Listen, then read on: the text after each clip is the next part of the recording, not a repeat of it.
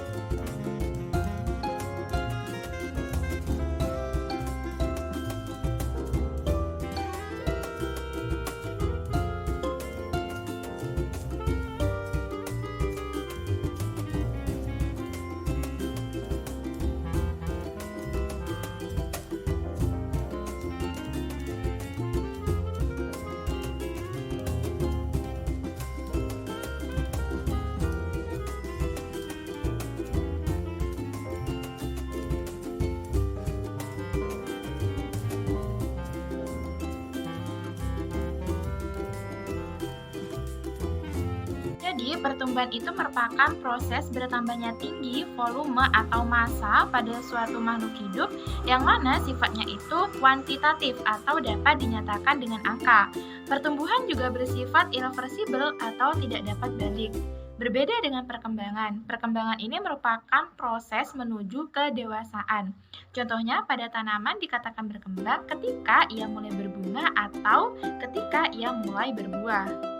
Sebelum tanaman itu mengalami pertumbuhan dan perkembangan, maka suatu biji itu akan mengalami yang namanya perkecambahan. Jadi, perkecambahan sendiri merupakan proses menembusnya radikula melalui kulit biji.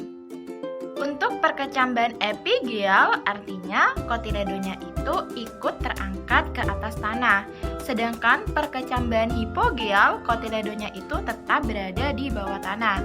Kalian perhatikan pada dua gambar yang ada di layar, itu terlihat ya untuk kotiledon yang epigeal, kotiledonya itu ikut terangkat ke atas tanah. Sedangkan untuk yang gambar hipogeal, kotiledonnya itu tetap berada di dalam tanah.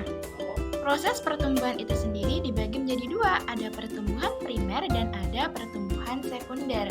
Pertumbuhan primer merupakan proses pertumbuhan yang terjadi akibat adanya aktivitas meristem primer, yang mana akibat dari proses pertumbuhan primer ini, tanaman itu akan menjadi lebih panjang. Misal akar bertambah panjang, batang bertambah panjang, itu karena adanya aktivitas meristem primer atau disebut sebagai proses pertumbuhan primer.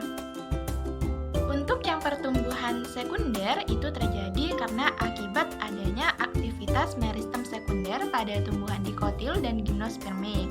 Hal ini akan menyebabkan tumbuhan itu akan tumbuh semakin besar. Jadi, akibat dari pertumbuhan sekunder, maka tumbuhan itu akan tumbuh menjadi besar.